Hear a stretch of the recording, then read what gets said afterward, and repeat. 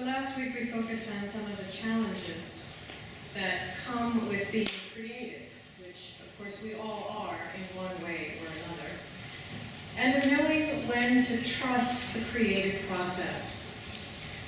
That's important because, in part because, like a chicken pecking its way out of an egg or a tender shoot bursting from a seed, the very act of creation very often will destroy something else.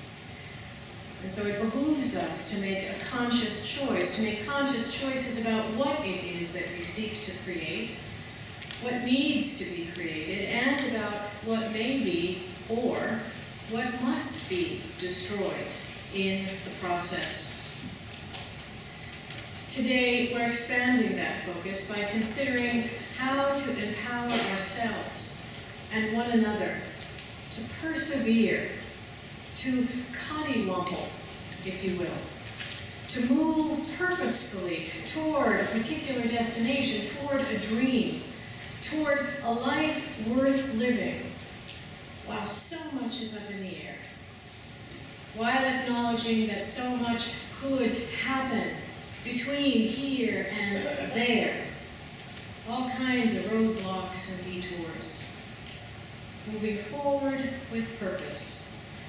While so much that could previously be taken for granted in our world seems to be shattering at an unprecedented rate. The fact is, even with a particular dream, with a particular destination in mind, even with vision, even with a roadmap and well-functioning moral compass and a pocket full of prayer, even with skills and determination and courage, we can't ever know for sure where we're going to end up or how long that's going to take. That is and always has been true, under even the best of circumstances. And it can be so very disheartening. Questions relating to all of this, questions relating to life's worthiness in the face of the unknown, in the face of the unpredictable, in the face of suffering and struggle, go way back. Ancient Greek philosophy was built on questions about what makes life good and worthy, what you can or should do towards that end. Plato spoke of happiness as the goal and the marker. Aristotle, his student, maintained that achieving the good life, building a worthy life, involves not only conscious study of what's involved in that, but also application of those principles and qualities. He taught that we are responsible, not only for thinking about what it is that we want, about the nature of life's goodness and worth, but also for persevering in our efforts to achieve it, not giving up. Every religion offers its perspectives on what that might involve.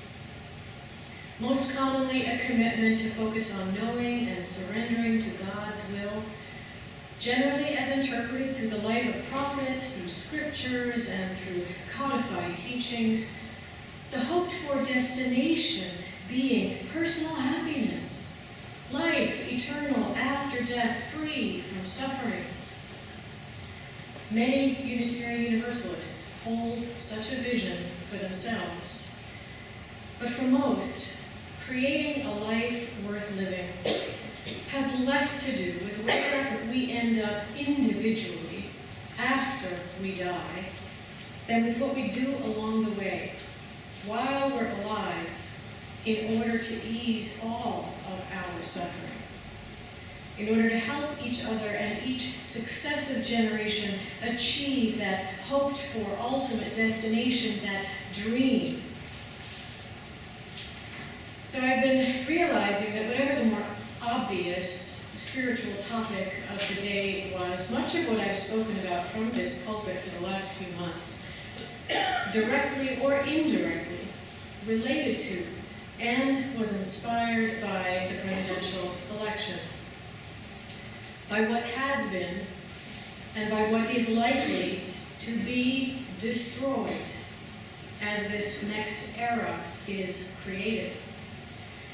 Even on the joyful occasion of Christmas, I couldn't help but tap into and express the shock, the fear, the rage, and despair that I and a significant number of voting and non-voting people in this country and all over the world were feeling as we realized that we were going to have to say goodbye to the last 8 years, as imperfect as they might have been, and face the prospect of journeying along the uncharted road of post-inauguration day 2017, rapidly coming up. What I've been coming ever more to realize in facing my own little bubble of liberal, middle-class values, of white, seemingly cisgendered privilege, is that those feelings of shock and rage and fear and despair are business as usual for an awful lot of people. Those feelings are not new. They may be new to me, they may be new to some of you, but they are not new to everyone. Not for people who have long been marginalized by our society. Indigenous people, African Americans, dark-skinned people of all origins, gay, lesbian, bisexual, transgender individuals, differently abled individuals, Jews, Muslims, immigrants. Apparently also not for those who were moved through their own experience of marginalization to put their hopes into Mr. Trump's promises. While I spent many post-election days in a stupor, and then scrambled to understand how this could have happened, and where to access hope, how to move forward in this new era, a lot of other people were already acutely aware of how this happened, of how much sexism and racism and classism and homophobia and greed and ignorance and corruption are woven into the very fabric of our society. The greatest country on earth. They already knew. And they weren't all that shocked.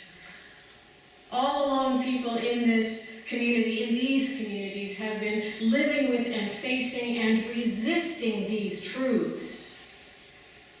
Against so many odds, each in their own way, reaching for and creating hope, doing their best to just keep moving forward, to just keep holding on to whatever their dream was.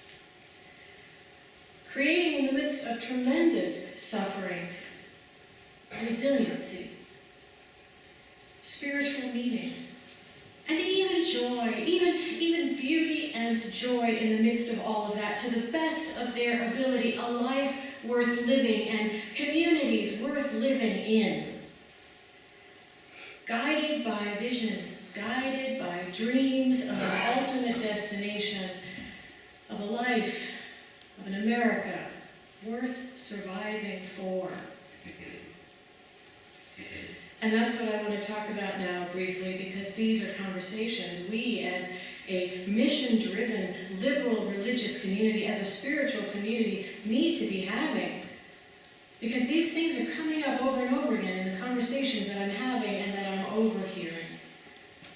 How can we engage ethically with the truths of our time, with the suffering that already exists, that has been existing already, and that is very likely to now be created? How can we help each other persevere, spiritually, physically, emotionally, as we cuddywumple, as we purposefully and meaningfully move toward, and again that means with a worthy vision, with a worthy dream, as we move toward a destination that hasn't been created yet and that is not certain, a destination upon which so very much depends. Another question that keeps coming up is, what needs to be destroyed? What needs to be destroyed, dismantled in the process? So right now, these are the questions that I think so many of us are grappling with. Someone said to me recently, it feels like we're inside a snow globe. Inside a snow globe, the air around us is swirling with all those Twitter posts and news feeds, and the ground beneath us is slippery with outrageous horrors, with nightmares. We can barely catch our breath. We can barely get on solid ground. And I confess that on some days, I just want to draw the curtain and watch I Love Lucy reruns. Not that those were ideal times either, but that's where I go. But no. This is not the first time that we've faced issues like this. This is not the first time. There always are choices to be made. Fear or love, despair or hope, the sofa or the streets. There are choices to be made. So among the snow swirling through my newsfeed, I'm seeing, as I said before, more and more reports of mobilization, of people shaking off that stupor, joining together to counter the destruction that we don't want, and to create something worthy, to encourage one another and empower one another to not give in to despair, to just keep moving and to get creative in the process, precisely because a lot of the old rules don't apply anymore. And maybe they never even did. I can't help but think that some of the old rules really do help us get creative and help us weather the storm. So we need to look at those. This is what I've been thinking about in terms of some of the old rules that do still apply. Time-tested ways of dealing with whatever burdens we're carrying, spiritually, emotionally, physically, and find our way onto a meaningful path. So I've been inspired by a lot of different sources. I've been inspired by the Reverend Dr. Martin Luther King's life and legacy, by all the people who worked in the civil rights movement, in the movements for sexual equality and gender equality. There have been so many movements in this country. I'm inspired by the people who came before, who did that work, who kept going no matter what. Yesterday at this protest, I met a woman who stands on a street corner every single week, and for 16 years she's been doing this. Does not give up, perseveres. I'm inspired by many different sources. I'm inspired by you and by you. There are three things I try to remind myself of. The first being the importance of reality checks because of everything that's swirling around, because of how easy it is to be pulled in all these different directions. The importance of being curious and humble and brave enough to try to figure out what is real, what is most true about right now, about who and where you and we are and how we got here and the direction that we seem to be headed in. Some of that's pretty ugly, a nightmare. But we've got to be willing to face it, to learn about it in its details, to shoulder it somehow, the suffering and the sources of suffering, and our complicity.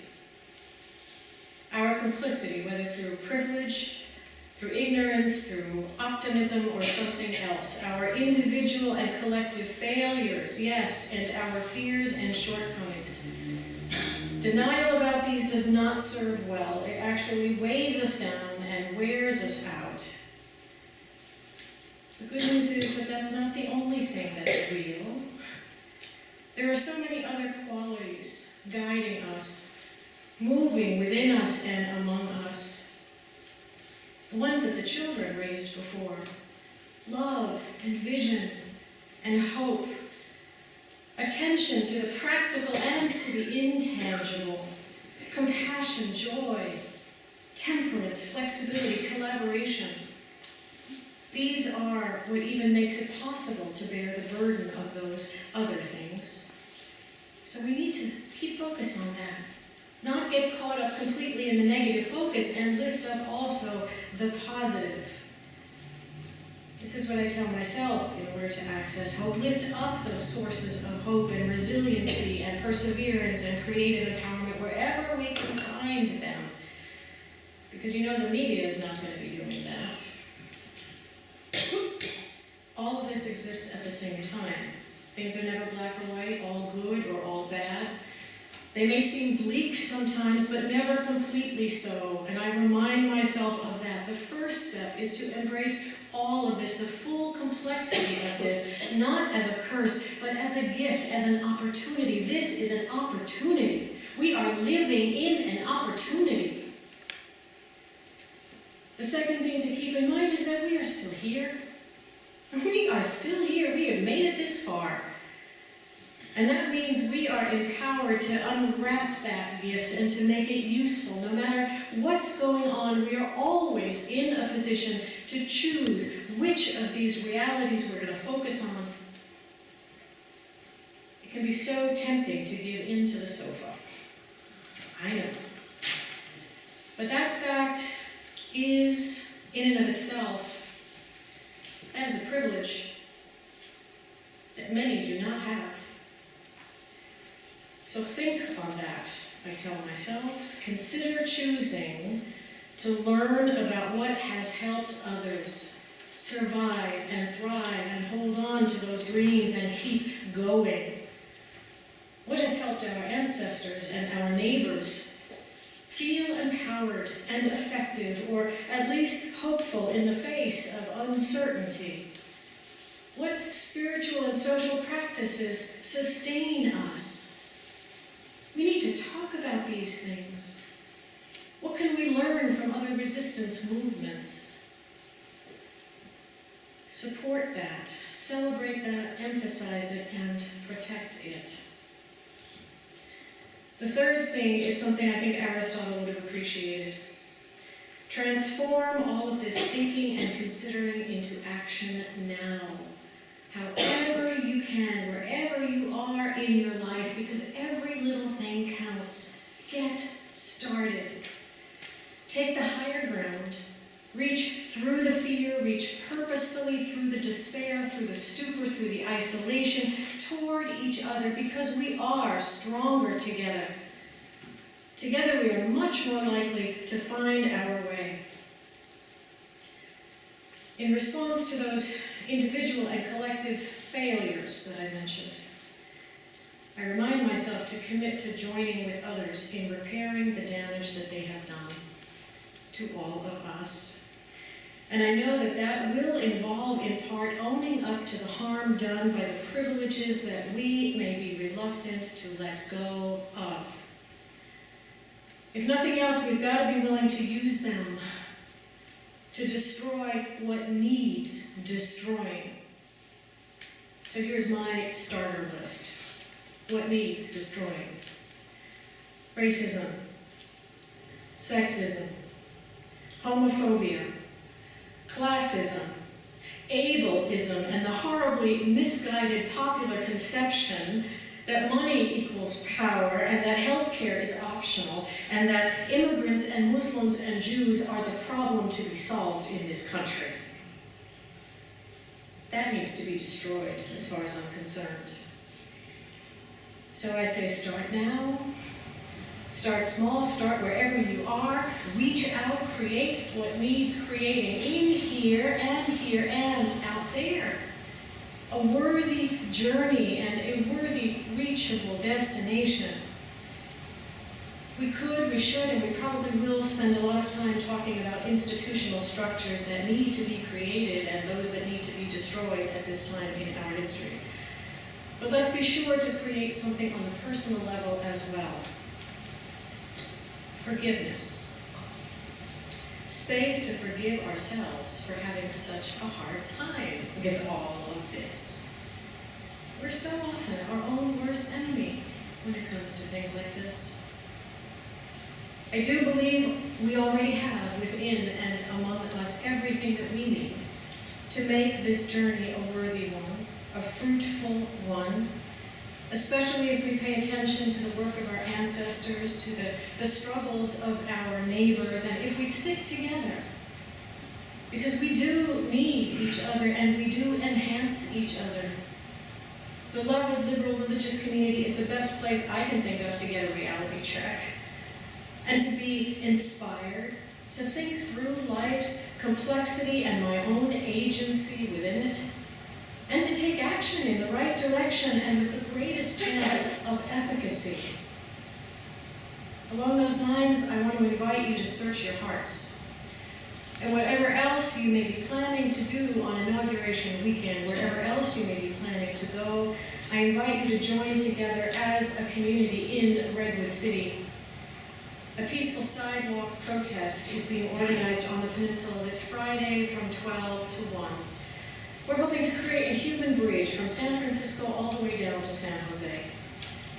This is an opportunity to make your dreams visible, your Unitarian Universalist commitments to equality and justice, to human rights and environmental protection. Wear your Black Lives Matter t-shirts, your Standing on the Side of Love t-shirts, your safety pins and no DAPL buttons. Bring your rainbow flags and peace signs. Bring signs proclaiming what is in your heart, or just come as you are. Join us at Brewster and El Camino, or whichever intersection is closest to you at the time, this Friday from 12 to 1. And then again on Saturday at the Redwood City Courthouse Square from 11 to 2. I'll be there, and I hope you will as well. Thank you.